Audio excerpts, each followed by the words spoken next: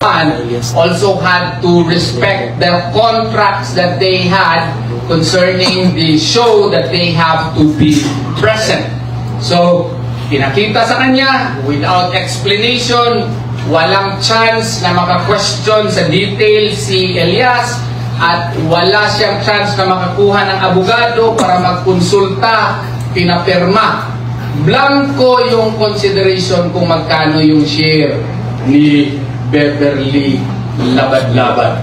Maglabad gini ang ulo. Why? Kasi nung pinakita na uli, kasi hindi siya binigyan ng kopya ng kontrata. Naka-indicate na yung 30%, pero yung other, anong basis ng 30%, blanco pa rin. Nakuha kami. Tapos, kung ano mang corporation na itayo niya later, maski wala siyang contribution, 30% pa rin ang kanya at bilihin niya 50 pesos per share.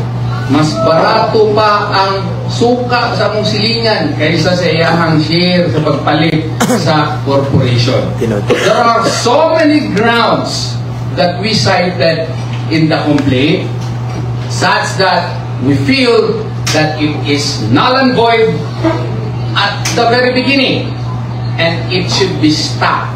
Okay? Pati nga yung kontrata, kung basahin ninyo, saan sila pumirma? Dumaguete City. Wala siya, pumirma siya. Saan ang notarization? Quezon City.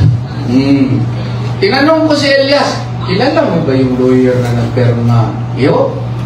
Hindi niya kilala. Pwede ba yan under na notarial law na magnotaryo ka sa isang kontrata na hindi mo nakita yung nagpirma? Hindi po pwede yun. Bakit po nagkaganoon? Tapos, pumirma po kasi nagmomonitor daw sila kay magbabantay na mag-file daw ng cyber libel. Let's get it on. Bantayan nyo ako. Okay. So, kasi napilitan lamang kami mag-file talaga because we were hoping na something would intervene na pero nagpadala pa sila ng nagpagkandak pa sila ng press con kagabi, ang anghang ng mga salita ko. At tinakot pa kami. Naku, taga North Cotabato ito, taga Davao del Sur ako. Takutan ng gusto nila. Dito tayo. Kami, walang takutan. Nag-file na lang kaagad kami ng kaso after, of course, sending a demand letter to, Beverly. Is a demand letter a legal requirement? No. Why? Because when the contract is void, there is no need for a demand letter. Yet, we sent a demand letter. As to whether or not she was duly informed by her staff, that's their problem, not our problem. Okay? So, nag-hire siya ng manager. Hindi po yung halos mama na o ano ba? Kasi maski personal life, nakikialam na. At saka yung sa mga, sa mga miyembro, pag hindi maka-attend ng meeting na wala namang proper notice or kung meron man, meron silang right justification, i-fine ka agad. Magkano? 50,000. Basahin mo yung kontrata doon sa kanilang pinapirma na hindi nila nabasa ng maigi. Wala namang nakasaad doon na pag maka-attend ka ng meeting, maka-absent ka, 50,000 ang fine. Mas pataas pa ata ang kanyang fine kaysa yung aso mo makakagat ng ibang tao. Matindi ito. Tapos, meron ba yung due process? Wala po. Diretso lang. Fine. Tapos, kung may mag-express ng opinion, memorandum ka agad. Gusto ko tanggalin yung backup singer pa. Naku, ano kayo plano niya? Siya na siguro mag-backup singer. So, hindi po pwede yun. Kung meron kang maliit na power, huwag mo i-exercise yan in such a way that you will also probably to the eyes of other people na may kapangyarihan ka, exercise it in such a way as not to hurt also other people. Yun lang po. At saka, marami pa pong iba na sinay po namin doon sa complaint. Attorney Torion, I'm sorry to interrupt you. During that installation, sir, would it mean that there was intimidation ideas when they signed the contract with the border managers? Not necessarily intimidation, but there was fraud that attended in the signing of the contract. Fraud in the sense that it was a causal fraud, not dolo incidente, not incidental fraud, but causal fraud. Kasi si Elias, maganda naman si Ma'am Beverly. Okay. I-admit natin yan. Yan ha. Ang kinig natin yan, di ba? Di ba? Agree ka, di ba? Oo. Maganda ka. Oo. Pero nung sinabihan kasi siya, gusto kitang tulungan, Elias, sa inyong karir. Wala akong pakialam sa pera. Oo. Hindi naniwala naman ito. Taga-magpig ito. Ako rin tayo. Sabihan ako, taga-bansalan ako. Sabihan mo ako. Wala ako. Tapos, maganda pa. Oo, di. Naniwala siya. Later, uy, 30% mo pala sa kanila. Uy, lahat pala ng gastos kanila na. Uy, yung kanilang ano pala, sasakyan, pati siya, uy, kanya na pala. Uy, mga tickets siya, kanya na pala. Uy, yung pinarenovate na kondo, sinarge pa sa amin. Lahat na lang. Oh, kulang siguro, toothpick na lang siguro, hindi i-charge dito. Oo. So, ang problema niyan, there should have been transparency. Alright. Walang transparency. Walang explanation. Lahat ng mga expenses, siya lang ang nagde-decide. Oo. Tapos, lahat ng mga gigs, pati hindi siya konsultahin, siya lang nagde-decide. Oh, you have to follow. You do not follow, I will impose a fine. Parang medyo hindi ata tama. So, meaning, Attorney Torion, wala mong nakita si Elias na amount after ng kanyang mga gigs, binibigyan lang siya ng kanyang share, parang gano'n ang yung sarili. Yung hindi nga kahundi, pati yung sharing.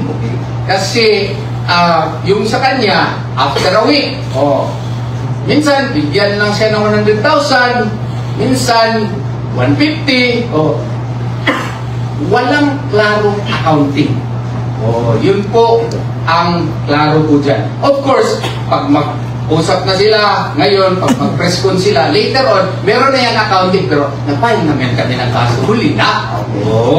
Huli na. Attorney Torion from Luigi Tutor from the Philippine Broadcasting Corporation. They made mention last night on their press conference that Elias and his bandmate should be grateful pa nga because ang ginawa nila is partnership. Partnership daw. Ano po ang explanation? Alam mo yan. Yan din ang isang rason bakit ko yung kulana. Kasi kung manager ka, may fiduciary relationship yan. Okay? What is a fiduciary relationship? It is a relationship characterized by trust and confidence. You said that siya lang ang nag-fill up ng 30%. Oo. Tapos, pinapirma siya na naman ng Articles of Partnership. 50% na siya. Owner na. Akala ko ba ahente ka? May ahente ba na mas powerful pa sa principal? Kuyaw ni. Karon, after that, naging partner na. 50% pa. Conflict of interest ang tawag dun. Hindi mo maintindihan kung ano ba talagang rule mo. Ano ba rule mo? Ahente ka o partner? Bakit? Nakikita ba natin siya doon? Kasi 50-50 na kumakanta rin, kumikiyot-kiyot din para makita ng mga tao. Wala pasensya na kayo kasi may galit ako. Hindi naman ako kalma ako, di ba? Pero pag insultuhin ako ng ating mga kaibigan dyan, ng mga taga-Manila, ng mga kaibigan ng mga abogado dyan, lumalaban si Atty. Torion. Hindi, walang respectful ako. Pero kung insultuhin mo ako, mang-insulto ko. Attorney Torion, in relation to that, one of your posts earlier, you made mention, non-verbatim na ayaw niyo daw-dawga ang taga-Bukid kay usukol ni. Sa inyo, sa press conference last night, na may mga defamatory remarks na na-note ninyo? Wala na. May mga threats. legal threats, mga ganon. Pero in her previous declarations kasi, in her previous, of course, kagabi, masyado siyang mapakit kagabi kasi marami mong nakatingin. Ako, you see what you get eh. You see what you get. I am a little bit hyped up, different from the pool Attorney Torion because I was insulted last night. I don't feel good about, So, pagpasensyahan niyo na. Pero, kagabi, I have to emphasize, medyo mapait si Ma'am Beverly po kagabi. We should give her credit for that, no?